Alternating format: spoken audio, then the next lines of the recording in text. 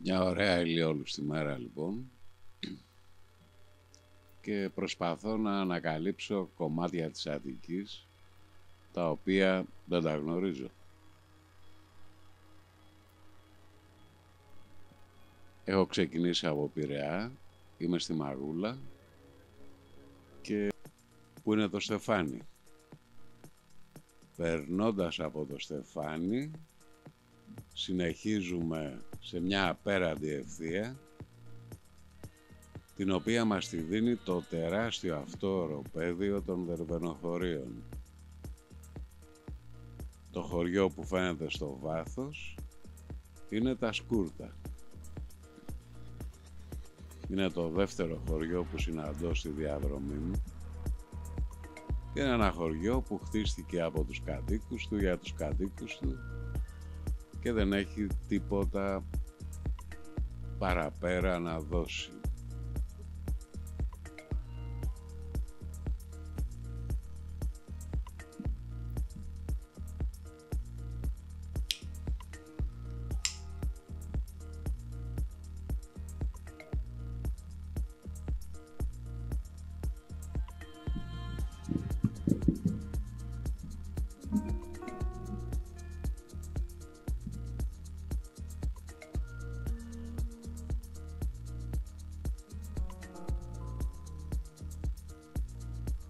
Δεν περίμενα ότι θα συναντήσω αυτό το οροπέδιο, το οποίο πραγματικά είναι τεράστιο και εντελώς επίπεδο.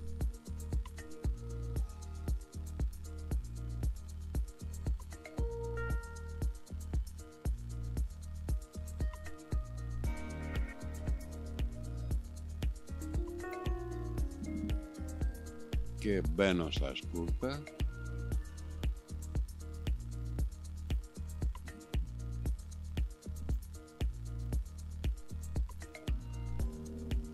δεξιά έχει μια διασταύρωση και που πάει προς Χηματάρι, αριστερά πάει προς Πύλη.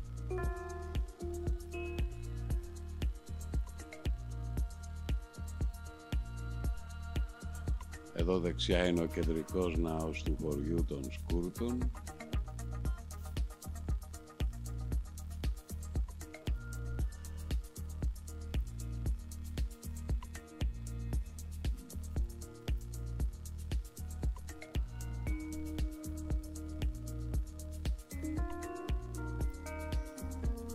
Και γυρίζω πάλι σιγά σιγά.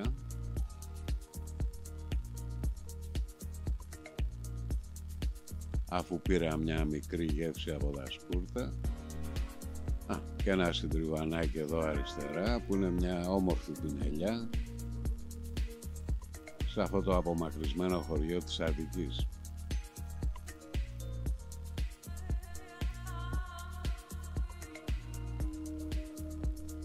Και ξαναγυρίζω ψάχνοντας να βρω το δρόμο που, όπως μου δίνει το πρόγραμμά μου, το Καλυμότο που έχω για τη μηχανή, είναι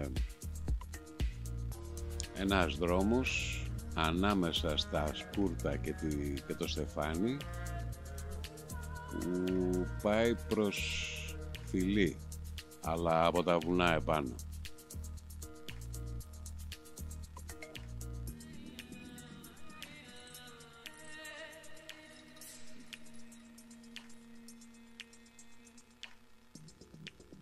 Όπως πηγαίνω είναι στα αριστερά μου και σιγά σιγά φαίνεται στο βάθος να πρασινίζει το δάσος που ενδεχομένως έχω να διασχίσω. Ελπίζω να είναι όμορφα.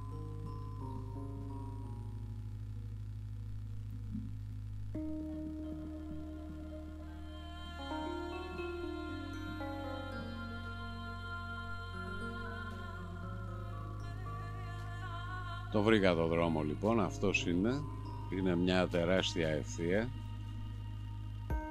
Έχει και ένα μοναστήρι εδώ δεξιά του Αγίου Γεωργίου και σε αυτή την τεράστια ευθεία μπορείς να γκαζάρεις και λίγο.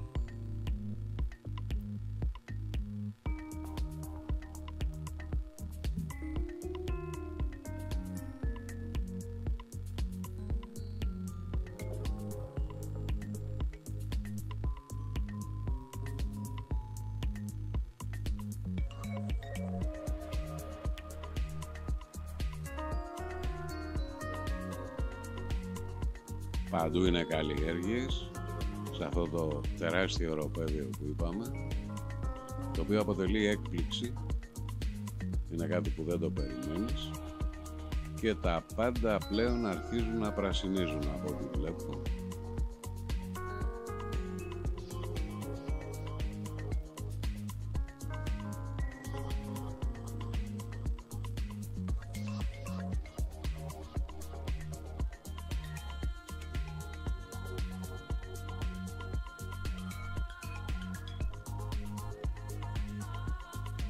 Και αυτή είναι η πρώτη στροφή, που μάλλον μας προδιαθέτει ότι θα ακολουθήσουν κι άλλες.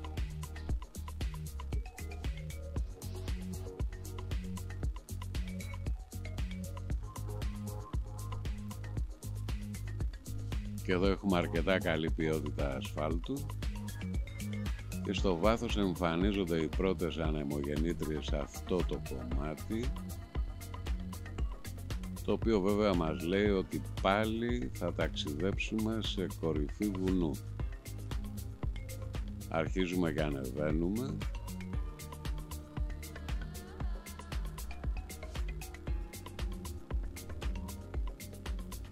Αριστερά είναι το οροπέδιο.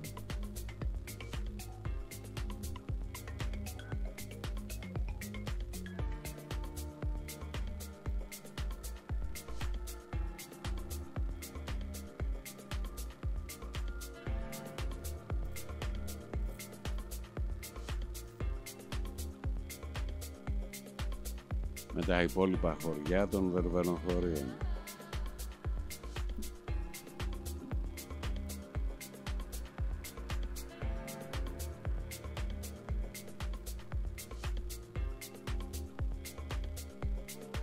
Η βλάση της είναι πόδης, αλλά πολύ πυκνή, και όπου υπάρχει χλωρίδα υπάρχει και πανίδα.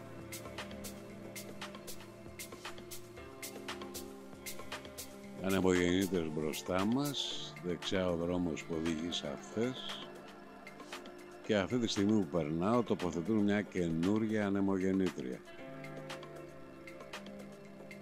Εμείς συνεχίζουμε.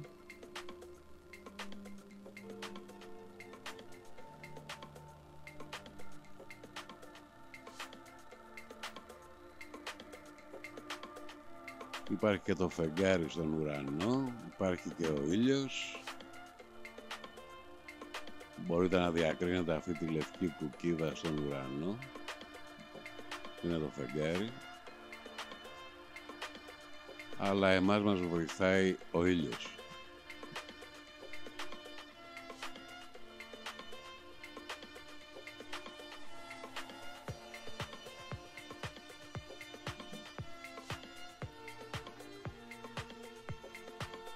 Και έχουμε φτάσει σε ανεμογεννήτρες σε αυτό το ύψος.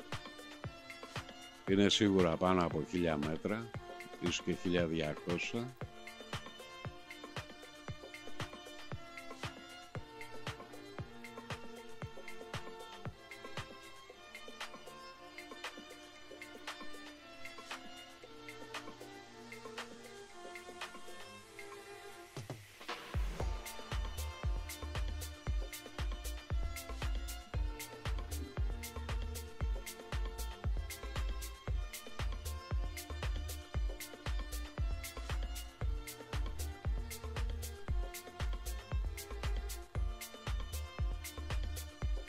Το πράσινο σου δίνει μια άλλη αίσθηση πλέον.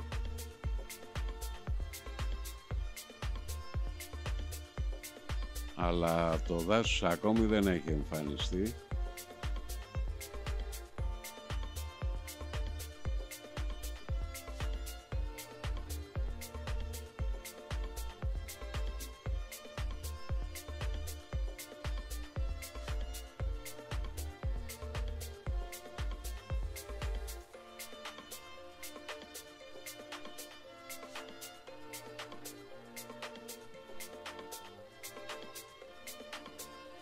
Διασχίσαμε αυτή την κορυφογραμμή και πλέον σιγά σιγά αρχίζουμε και κατηφορίζουμε.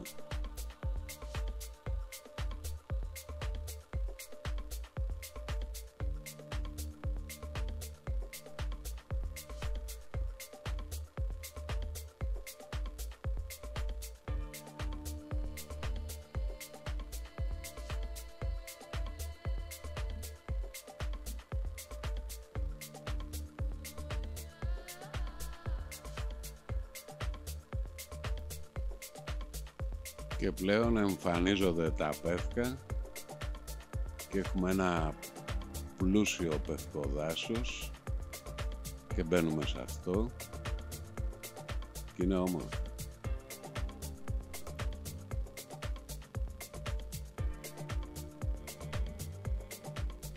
Σκοπός είναι η Φυλή, το χωριό της Φυλής, αλλά και μια μικρή περιήγηση στο αρχαίο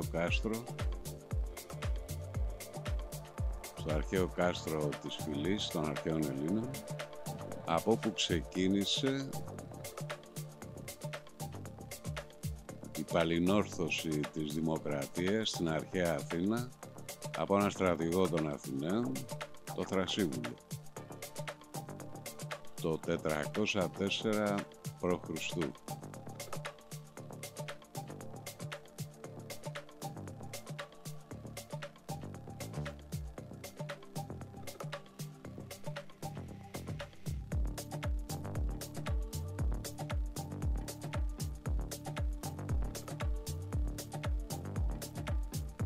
Σε αυτό το κάστρο είχε μαζέψει δυνάμεις, στρατό, για να επιτεθεί στους 30 τυράννους,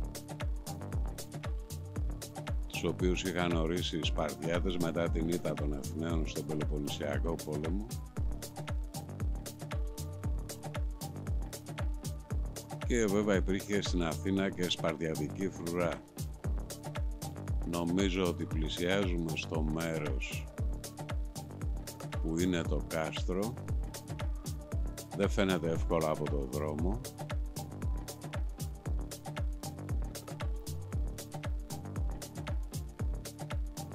Πάντως είναι ένα πάρα πολύ ωραίο μέρος όπου μπορείτε ένα Σαββατοκύριακο να έρθετε, ειδικότερα το καλοκαίρι, γιατί το χειμώνα ο δρόμος γεμίζει χιόνι.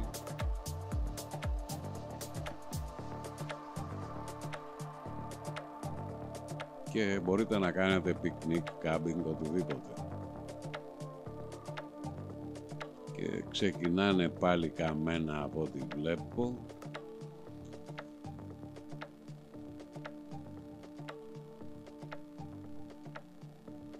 Και εδώ δεξιά μας, από κάτω, πιο κάτω, στην κορυφή ενός βράχου λόφου, είναι χτισμένο το αρχαίο κάστρο της Φυλής,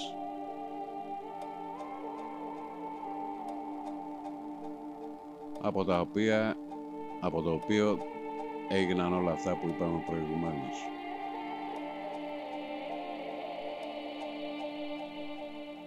Θα γυρίσουμε σε αυτό αργότερα.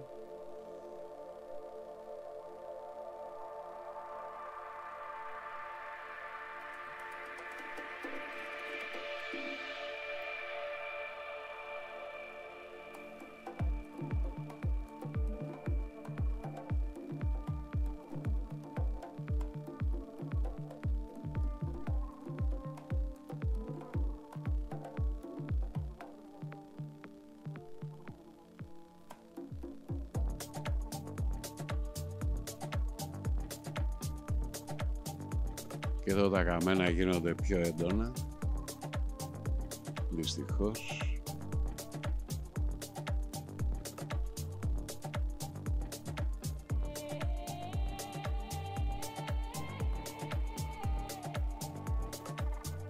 Και συνεχίζουμε. Δεξιά μας φαίνεται η Φυλή, ο οικισμός αυτός της Φυλής. Ένα αυτοκίνητο παρκαρισμένο στο αντίθετο ρεύμα με την πόρτα ανοιχτή. Και περνάς και δεν τρέχει τίποτα.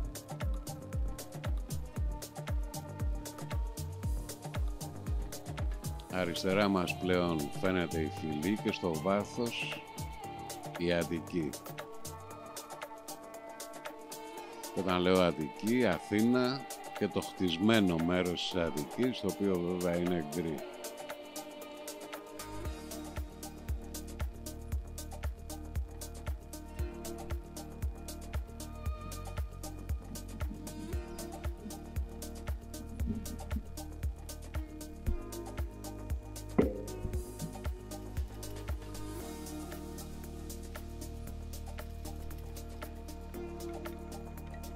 Το δάσος εδώ κατά 80% είναι καμένο.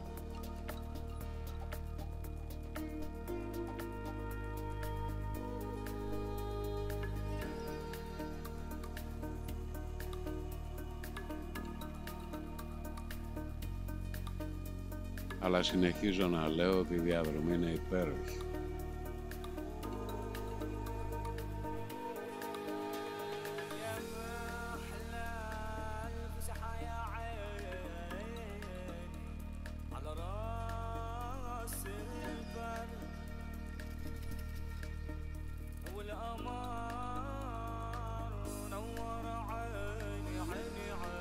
Γίνεται πιο τραχή και με τα καμένα φαίνεται όλη η αγριάδα του τοπίου. Έχει απότομες πλαγιές και στο βάθος φαίνεται ακόμη και η θάλασσα.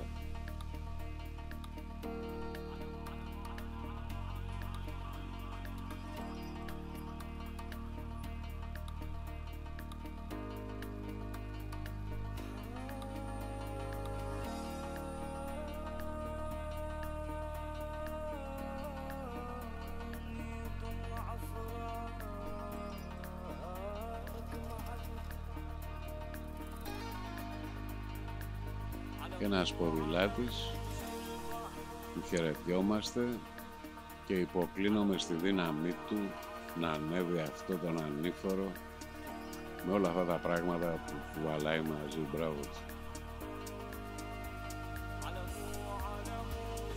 Εδώ πέρα τα πάντα είναι εντελώς καμένα και αναδύουν το γυμνό τοπίο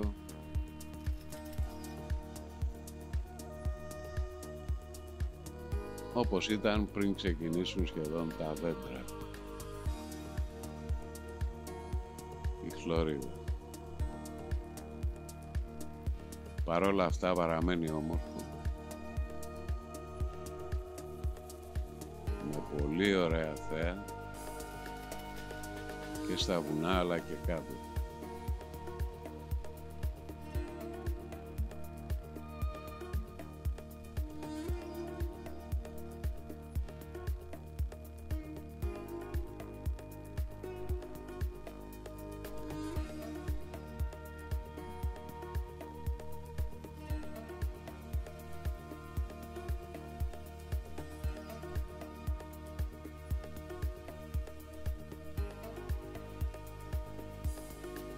Εδώ υπάρχει μια διασταύρωση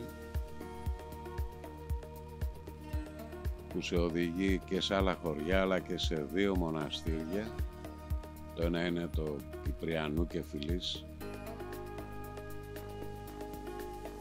και μπαίνουμε στην τελική ευθεία εντός εισαγωγικών για το χωριό της Φιλής, το οποίο βρίσκεται, ο δρόμος βρίσκεται σε ένα φαράγγι μέσα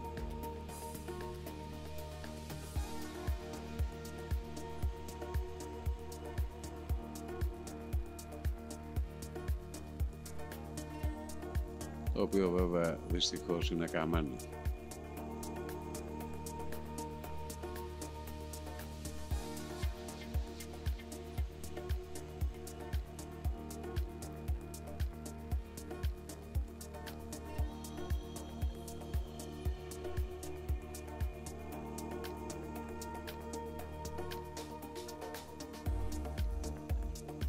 Και βρισκόμαστε στα περίχωρα της Φιλής και βέβαια το πρώτο οίκημα που συναντάμε είναι μια ταβέρνα η οποία καπνίζει, που σημαίνει ότι δουλεύει. Είναι κι άλλοι απέναντι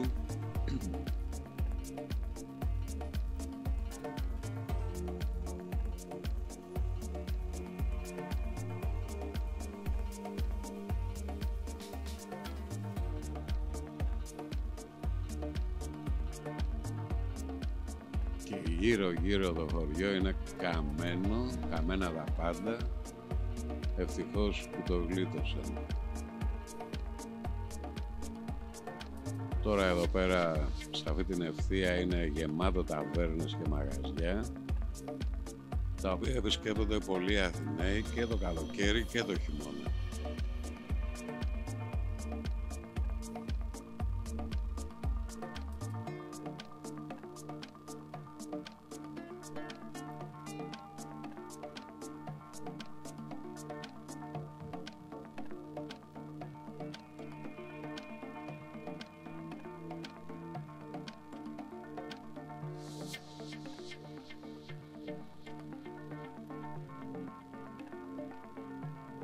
Και μπαίνουμε πλέον στον οικισμό της φυλής.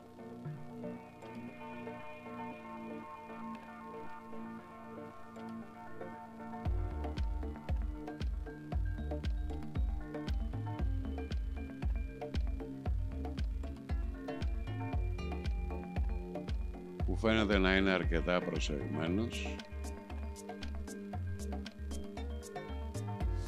Και βέβαια θα ήταν πολύ πιο όμορφα αν είχε στους λόφους και γύρω γύρω το πράσινο αυτό που είχε παλιά.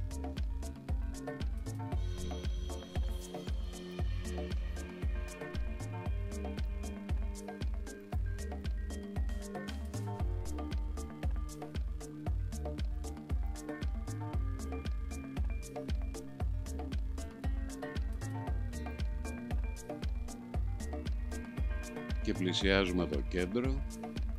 Υπάρχει τακτική συγκοινωνία, είναι κάτι που μου έκανε ιδιαίτερη εντύπωση. Είδα πάρα πολλά λεωφορεία όση ώρα έμεινα εκεί. Και αυτό είναι το κέντρο της κομμόπολης αυτής, της φυλής.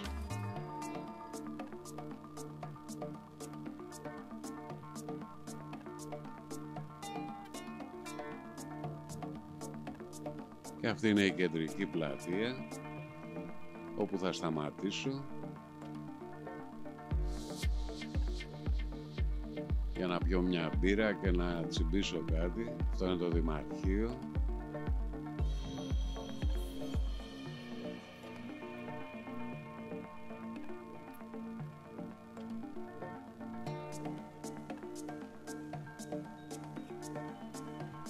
Και αυτό είναι το μαγαζί που θα κάτσω.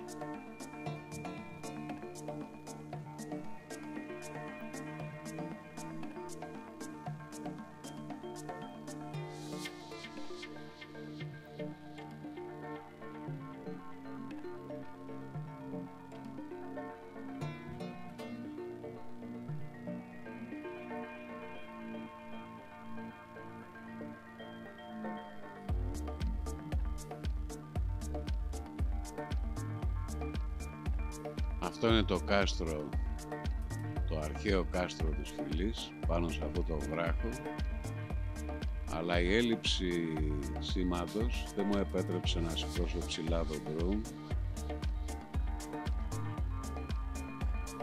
Πάνω από 10 μέτρα. Μετά από χρόνια είδα 2,5G ένδειξη. Εν πάση περιπτώσει αυτό είναι το κάστρο, σε αυτό το βράχο χτισμένο, το κάστρο των αρχαίων Ελλήνων, από όπου ξεκίνησαν οι πολεμιστές του Θρασίβουλου για την επανόρθωση της δημοκρατίας στην Αθήνα, είπαμε το 404 π.Χ. 5 χρόνια μετά, ο Σωκράτης, η δημοκρατία των Αθηναίων έδωσε το κόνιο στο Σωκράτη, το σκότωσε. Βέβαια η δημοκρατία των αρχαίων Ελλήνων, των αρχαίων Αθηναίων, δεν έχει καμία σχέση με τη σημερινή δημοκρατία.